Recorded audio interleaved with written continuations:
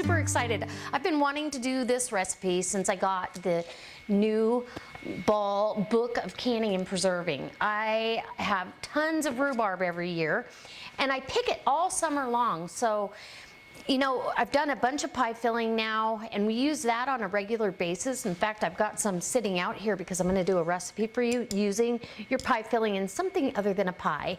And if you love rhubarb, thumbs up for rhubarb, guys. Go down and hit that thumbs up button right now. And as always, go check the links below because I'll leave you a link or two down there for maybe some water bath canning equipment. Also, I might leave you a link to some bulk pectin.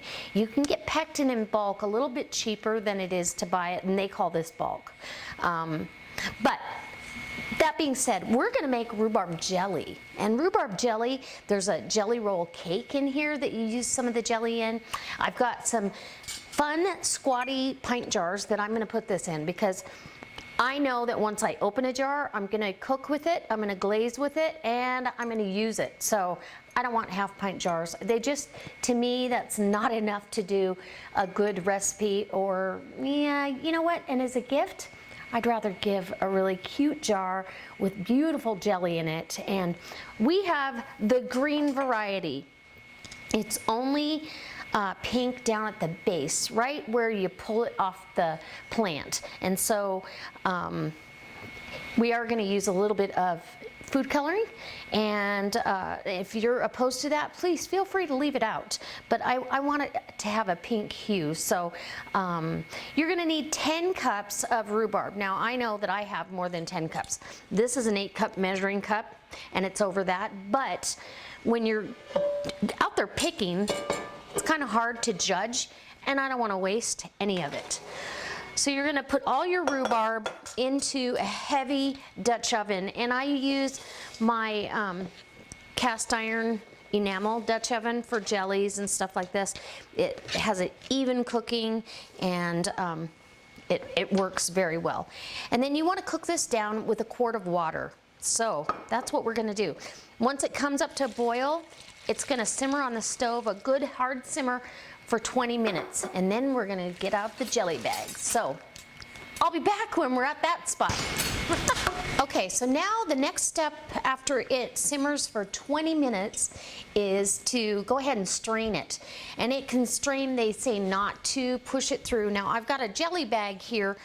You wanna wet your jelly bag. That will get the process started. And this is super hot, so get a rhubarb facial, and all that juice is what we're going to use for jelly. I have an itchy eye here. So this will go over the next couple of hours. We'll get our juice. Now it wants you to have, at the end of this, 4.5 cups. I know I'm going to have more than that because I had more rhubarb than that. And so I'll adjust my sugar and my pectin accordingly. But to follow the recipe, it would be 4.5 cups and 6 cups of sugar and 6 tablespoons of pectin. How easy is that? 3 ingredients and you have a beautiful jelly.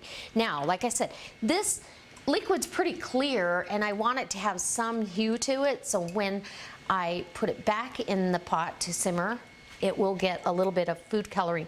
You could use beet juice to color it. There's all kinds of options out there. There we go. I'm not opposed to food coloring because it's such a small amount to make something really appealing and appetizing. So it says not to press, just to let it sit and let it do its thing for a couple of hours. We've already got 2 cups and we're about halfway through here. I'll leave a link to the jelly bags. This is, you get 1 bag and then the stand for it, and you can wash these bags. I've used this numerous times, but you can buy extra bags too. Like, let's say you stained it, or you know, and you want a new one, or it gets worn enough that you need a new one. So there you go. We're getting lots of juice. Oh my goodness. Love this. And this is getting full, even though it says not to squish. It's hard not to squish. All right, so I'll bring you back when we've got all of our juice strained off and we're ready. Now I'm going to wash this pot because I'll be doing my jelly right in this pot. And what I'm going to have to do is we're going to stir together the juice and the pectin in at the same time. Bring to a rolling boil. You cannot stir down over high heat, stirring occasionally. And then once you've got that, then you're going to go ahead and add your sugar, bring it back up to a boil that you can't stir down for 1 minute. And then it's time to jar up. Now, my jars, I washed them with hot soapy water. They are in the water bath canner on the stove. The canner is hot to keep the jars hot because we're going to be putting hot jelly in there. You got a little pinky hue here. This is going to be pretty. Anyways, and my lids are ready to put hot water over them. They just need, I washed them as well. And we're almost ready to can. And we're at 4 cups. So we're going to have probably, I'm going to guess 5 to 6 cups, which is perfect. I love this. Okay, we'll be back. Okay, so patience is not my virtue. I got 6 cups of my left-handed measuring cup, 6 cups of juice. I put 1 drop, because it had a pink hue to it. I put 1 drop of food coloring. So, for all the food coloring Nazis out there, it won't kill you. I'm letting the bag go ahead and finish draining for the next couple of hours in another measuring cup, and I'll make myself some lemonade. I love rhubarb lemonade, and I am going to make a big batch of it. I've got to wait for my rhubarb to kind of come back, and I'll make a big batch of it for you guys. I just did a great batch of rhubarb. Got a big bag of lemons for 99 cents on the markdown rack. Who doesn't like that? So because I've got more juice than the recipe calls for, I had to adjust my pectin. Now this is that fruit pectin. Go ahead and get this into your Dutch oven. I think that's going to be beautiful. It almost looks like a watermelon color. And we will, and it says to add your pectin right now. So we're going to go take this to the stove, bring it to a boil. Once it's come up to a boil, we're going to add in our sugar, bring it back up to a boil, and boil for 1 full minute. So the next time you see me, we're going to be jarring it up. All right. Okay, we're ready to start jarring this jelly up. And I think it's beautiful. It came together. It took a little while to come to a boil, but it did. You have a little light foam on top, but I think that's going to go away. This is the first time that I've made this particular jelly. My jars are hot out of the canner. And this is going to water bath can for 10 minutes. And what that means is as soon as the water bath canner comes up to a boil, then it's going to, you start your timer for 10 minutes. Okay, we want 1/4 inch of headspace. Water bath canning always has a little less headspace. Oh, it's going to be beautiful. More.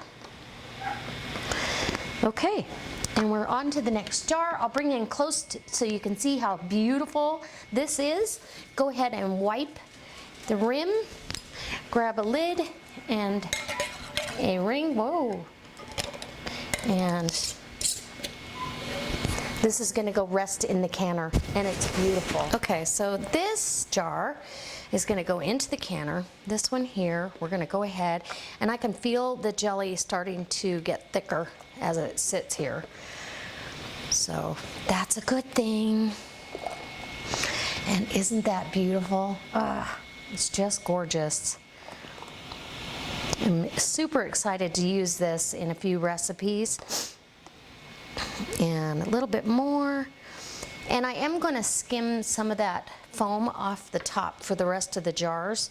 So we'll go ahead and put a napkin down here for my funnel. Grab hot. Get yourself wipe that rim off really good. You don't want any sugar or, you do need a lid.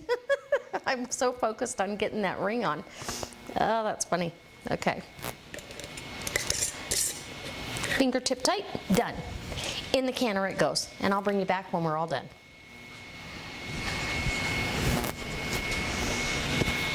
Look at that. Oh, beautiful. Oh, I can't wait to eat it. Okay, so we're all done. These have rested in the canner after I turned it off for 5 full minutes. You want to do that, let the temperature come down so you don't shock your jars. And oh my goodness, oh, it's so beautiful. I have got to bring it up closer, and that's hot water. Let's grab this and look. Isn't that gorgeous? It's just beautiful. It is absolutely delicious too. My husband and I both tasted it, so, oh, it's good. I can't wait for recipes. So I got 4 pints and 2 half pints. And I had these cute little half pint squatty jars like this to go along with the bigger squatty jars.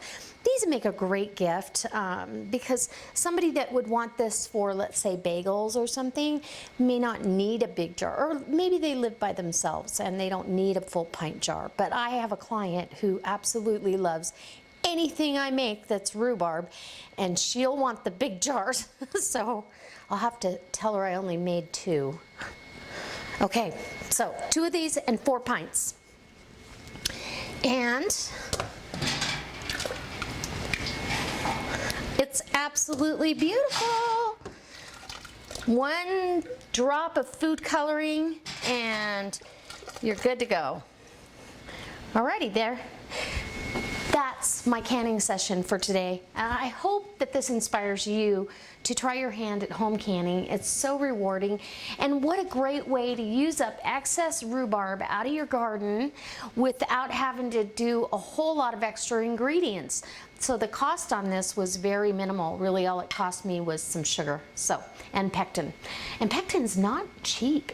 It's kind of expensive. So guys, I hope if you like this, you go ahead and check out the links below and leave me a comment and let me know how you like rhubarb and what you do with your rhubarb. If you've still got rhubarb coming, here's a great way to use some of it. All right guys, I'll see you next time. Bye.